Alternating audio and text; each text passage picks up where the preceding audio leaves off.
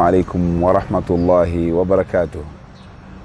الحمد لله الذي يقول بعد أعوذ بالله من الشيطان الرجيم: يا أيها الناس كلوا مما في الأرض حلالا طيبا ولا تتبعوا خطوات الشيطان إنه لكم عدو مبين. والصلاة والسلام على المبعوث رحمة للعالمين وعلى آله وأصحابه ومن تبعهم بإحسان إلى يوم الدين وبعد.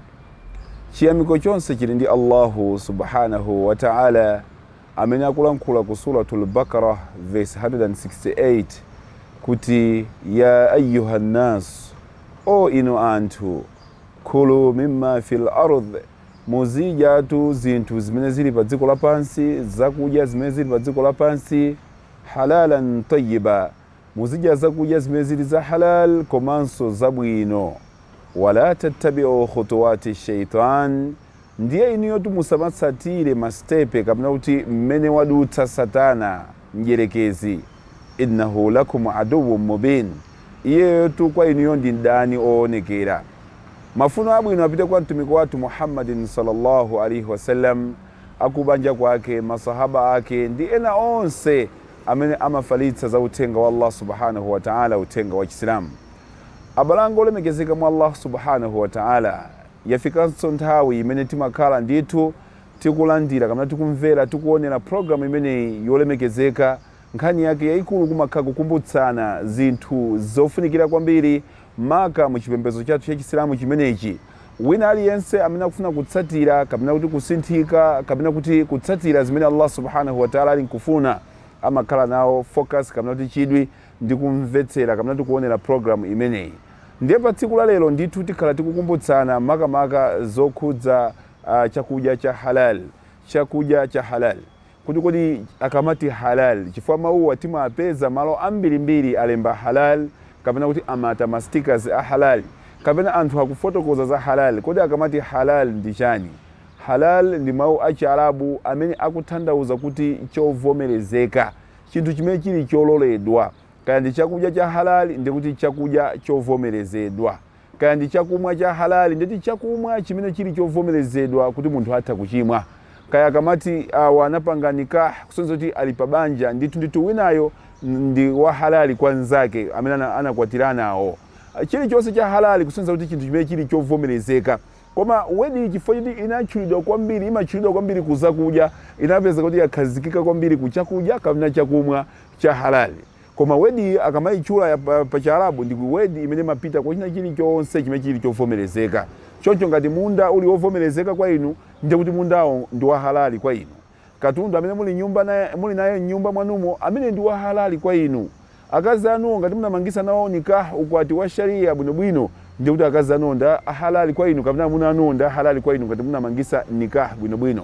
Choncho abalango olemekezeka tikatengera makamaka ku nkhani ya chakudya imene imatchulidwa kwambiri mawu amene wa halal, tiona kuti halal Mulungu Allah subhanahu wa ta'ala watilimbikitsa kale, watifotokozera maaya ambiri.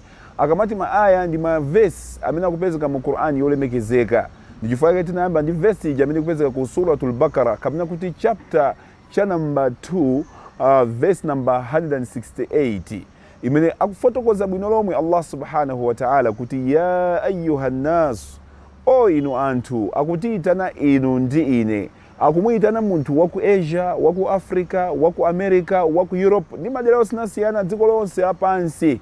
Akuti ya ayyuhan nas, o inu anthu, kulu mimma fil ardh, muzijatu zakudya. Osati kuti akutifunsa maganizo koma akutilamula, akutuza kuti kulu muzija mimma fil ardh, zimene zili pa dziko lapansi. Kodi tidye china chilichonse kodi chimene tingachipeze tingodya? Chifukwa choti wachilenga ndi Allah subhanahu wa ta'ala, kuti anachilenga ndi Mulungu chimene chinde tichidye kapena tichisute kapena tichimwe kapena titero. Ayi, akuti halalan tayyiba, chakudya chimene tingadyecho, chakumwa chimene tingamwecho chikhale cha halal, chovomerezeka ndi Allah subhanahu wa ta'ala. Tayyiban, komanso chikhale chabwino chakudyacho kapena chakumwacho. Osati kuti munthu wamwayekha chinthu apezeka kuti dzandi kana kumatukwana kapena kumayenda mopanda balance bwinobwino. Hayi nalowa kuchire zulo chifukwa choti chani pa galimoto, chifukwa namwa chokumwa chosakhala chabwino. Ayi, chikale cha halali chintucho komanso chikale chakumwa cha halali komanso chakudya cha halali komanso chikale chabwino chimene singabwerese mavuto ena aliwonse mthupi mwa munthu.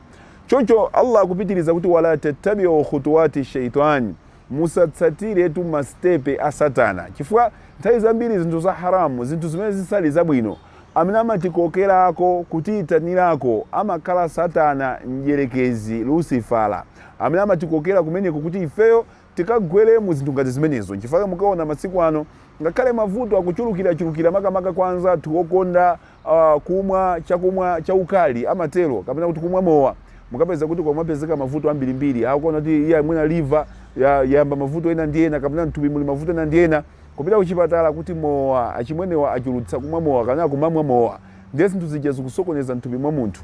Chikhale cha tayyiban, chikhale chakudya chabwino, choti chakumwa chabwino munthu akamwa zolankhula zake zikhale zabwino. Chisatengereso zaka kuti ayi zaka zake chakumwachi anthu chiyambire zaka 18 ayi, koma chikhale chakumwa choti ngakhale kamwana kakang'ono titha kukapatsa ndithu.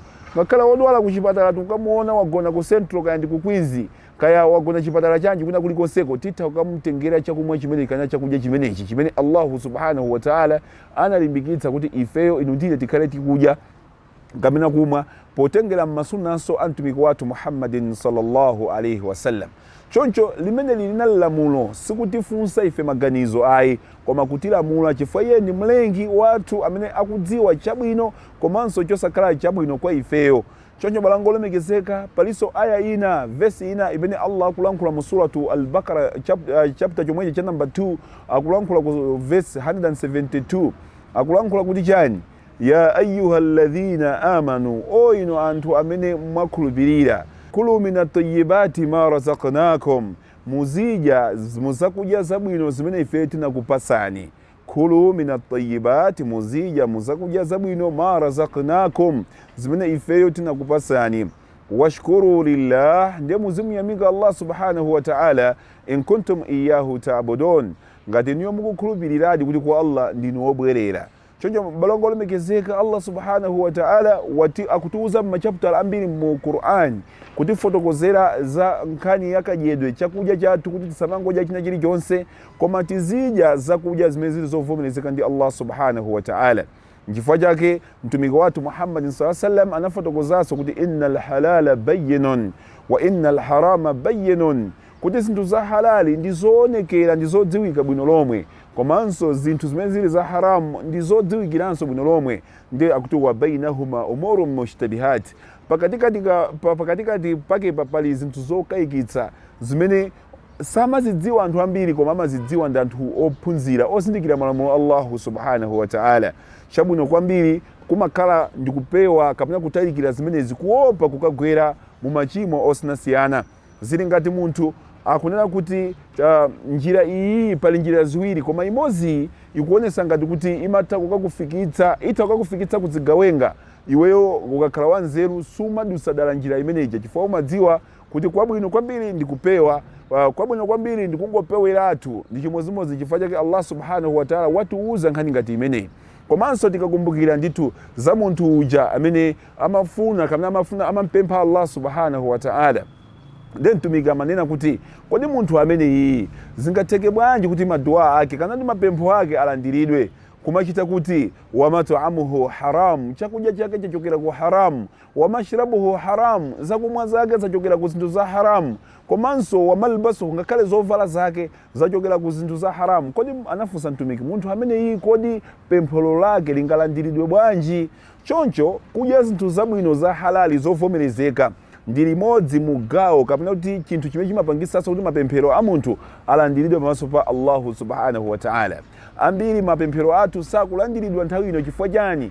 Tasiya kuyang'anitsitsa kapena kuti kufufuza kuti kodi chinthu chimene ndikudyachi kapena sosi ya ndrama zimene ndikugwirisana ntchitozi yachokera kuti. Timaganizira kuti basi ndeti ndikangopereka zaka pang'ono, chopereka pang'ono kunzikiti ndekuti basi ndayeretsa chuma changachi kapena zili bwino. Ayi balango lemekezeka, nkhani ikufunikira tikuyeneka tiyesetse mwathunthu kuti zakudya zathu zakumwa zathu zikhale zokuti ngakhale munthu atatipezerera koma atatipeza tikudya tisachite nazo manyazi, tisabise. Mena machitira ena akuti akutenga mwina mwake mowa ndikutira mu kabotolo kenaka kajinja kapena ka soft drink nake kumafuna kunamiza anthu poona aziona ngati iwo aja kumwa soft drink kachakumwa kabwinobwino koma mkatikati mwake mwakumwa zinthu zimene zili zosemphana ndi chilamulo cha Allah subhanahu wa ta'ala. Chifukwa mwini wake analankhula Allah kuti innamal khamru ndithu mowa innamal khamru wal maisir wal ansab wal azlam rijsun min amali shaitani. Anachula kuti mowa kumachula zina njuga kandi kuombeza maula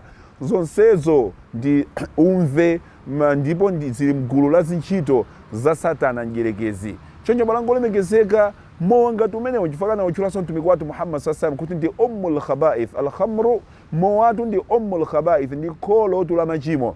Kupeza kuti munthu amene samapanga chiwerewere akangoyamba kumwa mowa ukuona kuti wayambaso zibwenziso kubala kapena kuti kupotoso kumene amapita kuja chiwerewere wachiyamba. Munthu amene samatukwana nkale lonse chifukwa kuti wayamba kumwa mowa, wayamba kumwa chakumwa chaukali, ukampeza kuti wayamba kulankhula zosakhala bwino, zotukwana, zolaula, zonyogodola, zinthu zosakhala bwino, kuti kumpanga rekodi kumamuuza mawa kuti achimwene mmalankhula izi ndinu dzulo akakana kwambiri. Munthu amene samapha anthu mwina kukapha anthu kumene chifukwa kuti wayamba kuledzera kapena akumwa mowa, kenako chotsatira chake chimakhala chani? Ukampeza kuti munthu chakuononga ndalama zake kwambiri chifukwa mowa si chinthu chaulere. Anthu amaononga ma-thousand, mamiliyoni a ndalama cholinga atchuke, aoneke, agulirenso anthu aja kumowa kuja. Banja lawo ndikumavutika, akazi awo ndikumasauka, ana awo ndikumasafara, ndikumakumana ndi mavuto osiyanasiyana, koma iwo kumachita kuti akuononga ndalama ndi mahule kapena ndi kumwa mowa ndi azinzawo kumene kuja. Amaononga ndalama munthu, amaononga nthawi yake, nthawi yambiri moti azicheza ndi ana ake kapena mkazi wake amene anamangisa naye nikah bwinobwino, kapena ana ake amene waziberekera yekha akutenga mayina ake, amapezeka kuti azinzake kapena kuti ana ake ndi mowa, mapaketi amowa amene amakhala iye akumagwira ndi kumamwa. Choncho balango lemekezeka kenako mukampeza kuti munthu chamwina wabayidwanso mpeni kumenenso, kubayidwa mpeni kumene kapena ena mukapeza kuti mpakanaso apezako matenda osiyanasiyana kumene kuja chifukwa cha mowa kapena chifukwa cha zotsatira za mowa. Choncho balango lemekezeka Allah akamatiletsa chinthu china chilichonse pamakhala pali chifukwa chake chimene Allah subhanahu wa ta'ala akutiletsera. Choncho chifukwa chake m'Malawi muno bungwe la halal kapena kuti halal department imene imagwira ntchito kwambiri, nkhani yake kwambiri kumakhala kuwalongosolera anthu, kuwafotokozera anthu zakudya zimene iwo akuyeneka kudya kapena zakudya zimene akuyeneka azipewe. Bungwe lisimangopanga mwalokha ayi, koma likupanga based on mmene chiphunzitso kapena kuti sheria mmene ikufunikira, alkitabu wa sunna, Qur'ani kumasoma sunna antumiki wathu Muhammadin sallallahu alaihi wasallam. Nchifukwa chake mkaona kuti akuluakulu atakhala pansi 1995 kulingalira mozama kuona anthu akungodya zinthu zosalongosoka, anakambirana kuna kuti yayi pakufunika pakhale gulu kapena bungwe la halal loyang'anira kuti kodi zinthu zikuyenda bwanji, kodi zinthu anthu akudya zinthu zotani. Nchifukwa chake alhamdulillah anthu anayigwira ntchito kwambiri, mashehe osiyanasiyana akina Sheikh Khalid Ibrahim ndi mashehe osiyanasiyana mbuyo mmenemu anagwira ntchito yayikulu mpaka pano bungwe lija likunkalipitira likhala ndi nthambi zake.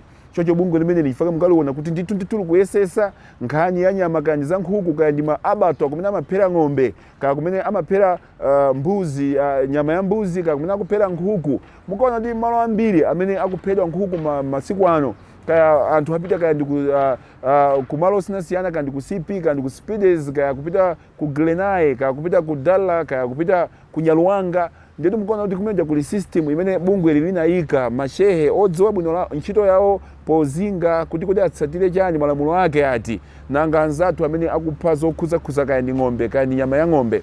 Mukaona kuti nawonso kaya mupita ku Beefco kaya mupita ku Nyama World ku Nzuzu kaya mupita ku Beefco ku Blantyre kaya mupita ku Lilongwe kaya mupita ku Africa Cattle Ranch kumene kuli ku Blantyre. Ndetu mukapeza kuti system ija imakhala ndithu ikukhazikika, ikupitirira, ikuyenda. Cholinga chake inutu ndine tidye zakudya zabwino zimene zoti tikadya tikamampempha Allah subhanahu wa ta'ala mwina mwake mapemphero athu nkukhala abwino, nkukhala ovomerezeka. Chifukwa mkuona kuti bungwe limene limapereka ma certificate malo osiyanasiyana, kaya anzathu akuma restaurant, kaya anzathu akuma butchery, kaya anzathu ma processor amene amapanga kaya ma sausage, ma burger kaya ndi chani, ma certificate amakhala akupita ko ndithu kumene kuja kumalo kumene kuja cholinga kunena kuti anthu adye zakudya zabwino. Ndichifukwa chake simaonanso chipembedzo kuti kodi ndinu achipembedzo chanji, ayi mwina ifote ndi sine Islamu, ayi silimaona zimenezo. Nkhani yayikulu ndi kuseva anthu, kuwapanga anthu a Malawi adye zakudya zabwino komanso anthu amene atiyandikira maiko osiyanasiyana chifukwa mukaona kuti kaya ndi mashuga kumene kaya ndi mshuga mumalowa zinthu zosiyanasiyana halal department imayang'ana zimezi kuti zonse zikulowa mmene muzikhale zabwino chifukwa mukaona ngati Salima Sugar kaya Ilovo Sugar yenseyo ndi wa halali mutangosankha nokha amene wakuyandikirani kapena mthumba mwanu mmene mulili kuti kodi ine ndimakonda chani koma halal department inapereka chilolezo ku zinthu ngati zimenezi. Choncho chimene chimafunikira kwambiri kuti tidziwe kuti product ndi ya halali ndikuona malogo kamene kamalembedwa ka logo ka halal department kulemba kuti Muslim Association of Malawi pansi pa halal department. Product ngati ili choncho ndi kuti yakwanira kukhala ya halali. Tikapita kuma restaurant osiyanasiyana tiyeni tizikaonetsetsa kuti kumene kuja taonako wostika yolembanso Muslim Association of Malawi halal department imakangati yozungulira choncho tikaiona imene komanso mkatimo tionetsetse kuti muli chani muli certificate anzathu ma manufacturers osiyanasiyana halal department imakhaye kuyang'anira kuona zinthu zambiri kuti kodi ma food colors amene akugwiritsa ntchito mitundu ya zakudya imene akumayika popanga zinthu zawo kaya ndi makamba kaya ndi zichani kodi ikugwirizana ndi sharia ikugwirizana ndi health ya munthu nanga ma flavor amene akupezeka muzakudya zosiyanasiyana kodi akugwirizana zinthu zimenezi. Choncho balango lemekezeka si pofunika kuchedwa ayi ndikuthamangira kuti kodi ndiyapeza bwanji halal amenewa kuti ndipeze certificate kapena kuti certificate yawo indipeze. Alipo anthu ena amatauna kuti napanga apply kalikale koma halali sakundithandiza sizoona kwenikweni nkhani yambiri imakhala yona kuti mwina mwaka munthu uyo pali requirement ina pali chofunikira china chimene iyeyo sakuchipanga ndiye malo moti auze anthu kuti ine sinakwaniritse zimene halali akufuna amatha kumangolengeza kuti halali amachedwa kupereka certificate koma sizoona halali kumayesesa kupereka certificate kwa munthu mwachangu kaya ali kunzuzu kaya ali kulilongwe kaya ali ku Blantyre kuno kaya apezeka kumangochi kaya kusalima kaya kunkhotakota kaya ndi kunchewu kaya ali kumulanje kaya ali kuthyolo kaya ali kuti system ya halali ili madera osiyanasiyana ngakhale ku Karonga system ya halali inakafika ngakhale pa Songwe border kwanza anthu amene amatuluka kumapita kaya ku Tanzania atha kutiyikira umboni ngakhale pa border ya Mwanza akaona kuti kumene kuja kuli system kuli ma restaurant ya halali ndithu soyeza kuti ndi chinthu chofunikira kwa munthu wina aliyense nabola ngati munthu uyo akufuna kudya zinthu zabwino zinthu zoti ngakhale umoyo wake kumene nkumasangalala ndi chinthu choti chimamthandiza munthu kuti akule bwino moyo wake ukhale wabwino akhale osangalala pano pa dunia pa dziko lapansi komanso kumene akupitako akakhale osangalala. Chifukwa chake wal akhiratu khairu wa abqa mene akulankhula Mulungu Allah kuti moyo umene ukudzawo ngwabwino komanso ngokhazikika. Za halalizi si Qur'ani yokha amene kufotokoza mabuku osiyanasiyana amene anatsika kalero Allah subhanahu wa ta'ala kwa anthu amene amakonda kuwerenga mabuku a Mulungu akaona kuti zimenezi zinalembedwa zosiyanasiyana mmenemo mwina zimangosiyana katambasulidwe kake koma zambiri mukuona kuti zikufanana ndithu ngakhale mwafunse a veterinary department muona kuti zimene amafuna iwo nawonso zikugwirizana ndi zimene halal department zambiri ikutchula kamene kuti ikupanga. Chifukwa chake simagwira ntchito yokha imagwira ntchito ndi ma stakeholders osiyanasiyana ngati anzathu achitetezo a polisi kaya anzathu a veterinary amene amayezayeza zoyezayeza nyama kaya anzathu aku assembly kaya ndi aku council kaya ndi akuti ma department osiyanasiyana timakhala tikugwira nawo ntchito bwino cholinga choti tipange achieve tikwaniritse tithe kupanga accomplish cholinga chathu chenicheni cha ntchito imene ili yofunikira kwambiri ntchito imene ili noble kwambiri. Choncho balango lemekezeka kudya chinthu chabwino ndi udindo wa mzibambo aliyense amene tili naye tikukhala naye ndi udindo ndithu wa mzibambo pa nyumbapo amene akuyendetsa nyumbayo kuti aonetsetse kuti anthu ake akudya chakudya chabwino chokudya chovomerezeka.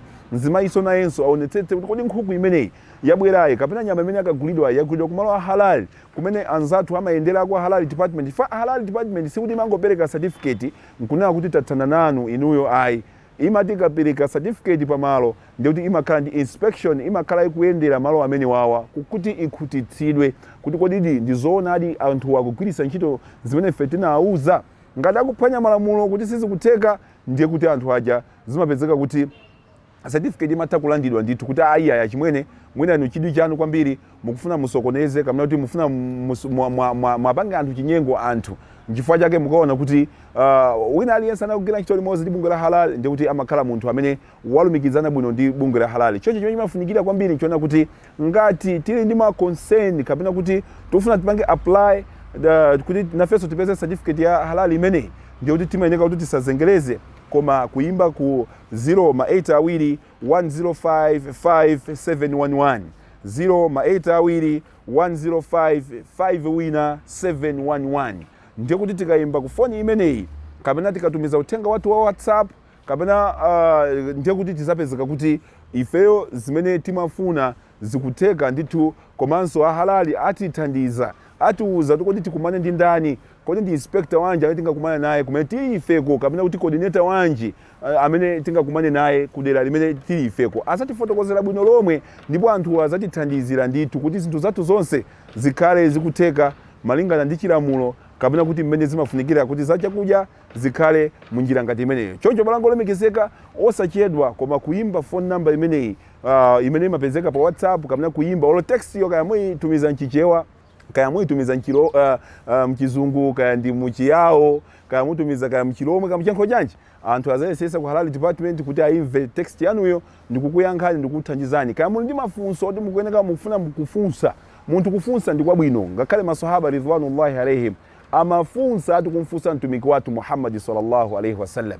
Ena afe timatongozana ngati ndife anthu okwanira, kapena tikuzindikira zinthu zambiri koma sitikudziwa kuti kodi icho chochitikacho ndi chani.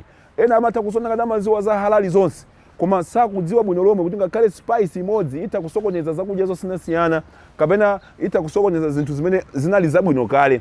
Ndino chimachitika ngati lese mu sausage, akamati akupanga sausage ndete mumakhala akuona ma spices anakulowa mmene muja, nanga nyama yogayagaya imene kulowa mmene muyi, nanga mafats anyama, mafuta amene amalowa anyama amene akulowa mmene mu, nanga casing kake kaja. Kodi zimene zizi njira yake ndi ahalali? Tima casings tifatina ntankhumba tikuchokera ku nyama ya nkhumba. Ahalali department amafufuza kuona ndithu bwino lomwe kuti kodi ma casings ngati amene wawa, matumbo amene wawa akuchokera ku nyama imene yazingidwa bwino lomwe ndi mashekhe oziwika bwino, nanga nyamayo ndi ahalali si nkhumba kodi ndi nyama ya ng'ombe kapena mbuzi kapena kuti nkhosa kapena kuti ngamira kapena nyama zimene zili zovomerezeka kudya. Ndi amakhala kufufuza zimenezo chifukwa anthu ena akudya zinthu zolakwika, zinthu zimene zili zosavomerezeka ndithu, kupeza kuti chifukwa chati matumbo tija. Choncho ukafunsa ku halali department akulozerani, akufotokozerani kuti matumbo ma casings kapena amene amati ma casings kumene mukakagule shop imene ili ya halali yovomerezeka ndife ndiyakuti kumene koko mutha mwakagula zinthu zanu. Zikatero ndeti zizatithandizira ife tonse. Nanga nyama imene kulowa mmene muyi, kodi nyama yake anayizinga bwinobwino, kodi slaughtering yake inavomerezeka bwinobwino, kodi amayizinga nyamayi ili ya moyo kapena anayizinga nyamayi itafa kale. Ndino halali department ndi udindo wake kufufuza zinthu ngati zimenezozo kuti zikuchokera kuti. Nanga ma spices amene athira ayika mmene mu sausage kuti azikoma kakomedwe kamene akukomaka. Si sausage yekha kakulima baga, kakulima polonye, kakulima chani, zosiyanasiyana zimene zikupangidwazi ma processing ya ma processor, ma meat processor zimene akugwiritsa ntchito kupanga zakudyazi, kodi zikukwanira kapena kuti zili bwino kapena zikugwirizana ndi mmene zimafunikira. Halali department imafufuza zimene zija chimozi. Nchifukwa chake mukaona ikulengeza ikukuwuzani kuti sikuti zonse zangoti kholopete zima sausage zimene zangoti mbwerekete m'matawuni osiyanasiyanawozi kuti zovomerezeka nzabwino. Tifufuze tifunse kodi ma sausage amenewa akuchokera kuti, akupanga ndani, tikagule tikaona kuti halali department yayika logo kapena kuti yayika sticker. Moyotu ndi mpamba, moyo umazisungira wekha, ukauluza moyo uno umoziwo ndeti pamakhala povuta tu upezeso wina chifukwa moyo ndi kamodzi. Ndiye zakudya zathuzo tikuyeneka tizikhala oonetsetsa. Tafika pamalo tione halali certificate, kodi halali certificate ilipo. Ngati palibe ndiye kuti zimenezozo tizaone kuti tiafunse anthu kuti chikuchitika ndi chani. Zonsezi ndi ndondomeko zonsezi ma system onsewa akuchitika kapena amayikidwa pofuna kupalira kuyika moyo wanu kuti ukhale pabwino, ukhale osavutika kwa osadwaladwala. Ifa munthu odwaladwala ngakhale chitukuko cha dziko sichingayende bwino munthu akamadwaladwala.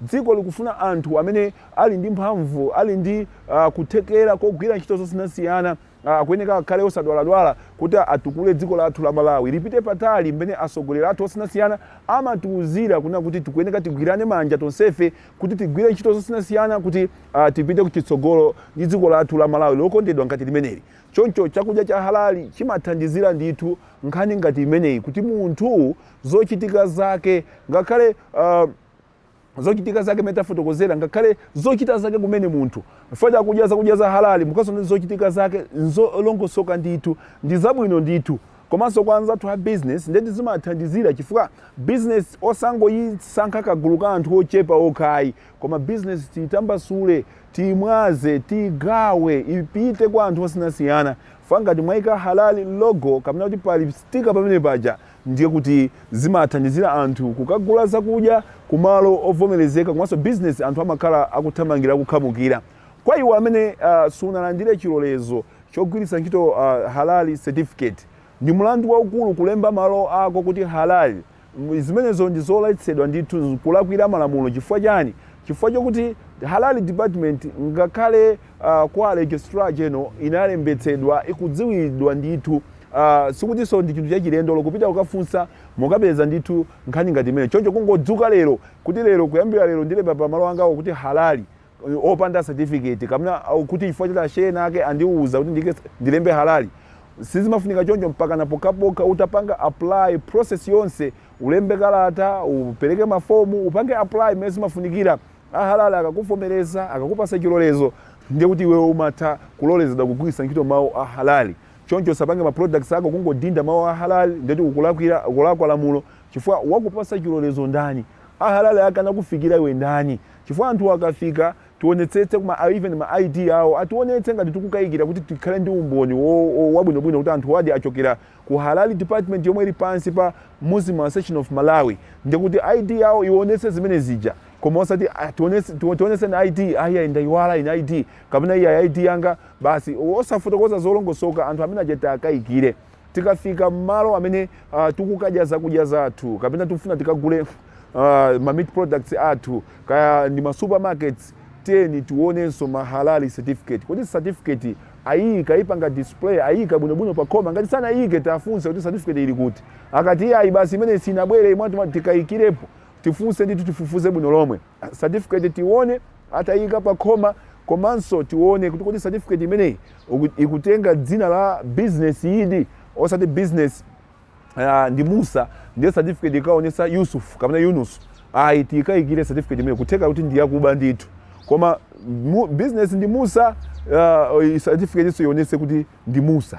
kaya butchery ndi Lukumani certificate ionese kuti Lukumani kaya business kaya ika kuti inalemedwa kuti Ishaka business iyo certificate iso itenge zomwezo utenga omwewo kuti business ndi ya Ishaka certificate iso ikuonesanso Ishakanso komanso ionetse chaka monga ngati muli mu 2021 ngati panopa certificate iyo ionetse kuti 2021 ngati chili chaka cha 2022 certificate ionetse 2022 ngati ili 2023 ionetse chakacho malinga ndi imene chilili chakacho osati certificate izionesa 2020 kana 2019 pamene anthu muli mu 2021 ndiye kuti certificate imeneyo si kulondola kuti igwiritsidwe ntchito komanso certificate ikamakhala chonje certificate imene ya halali department imakhala ndi ma signatories kapena kuti ma signature imasayinidwa mbali malo awiri ndetu kwinaku kupezeka nditu kusayinidwa ndi Sheikh Muhammad Muaz An-Nadwi kwinaku kusayinidwa ndi Sheikh Muhammad Silika onsewa amene ali masheikh akuluakulu ku Blantyre Islamic Mission zimene zioneke nditu paoneke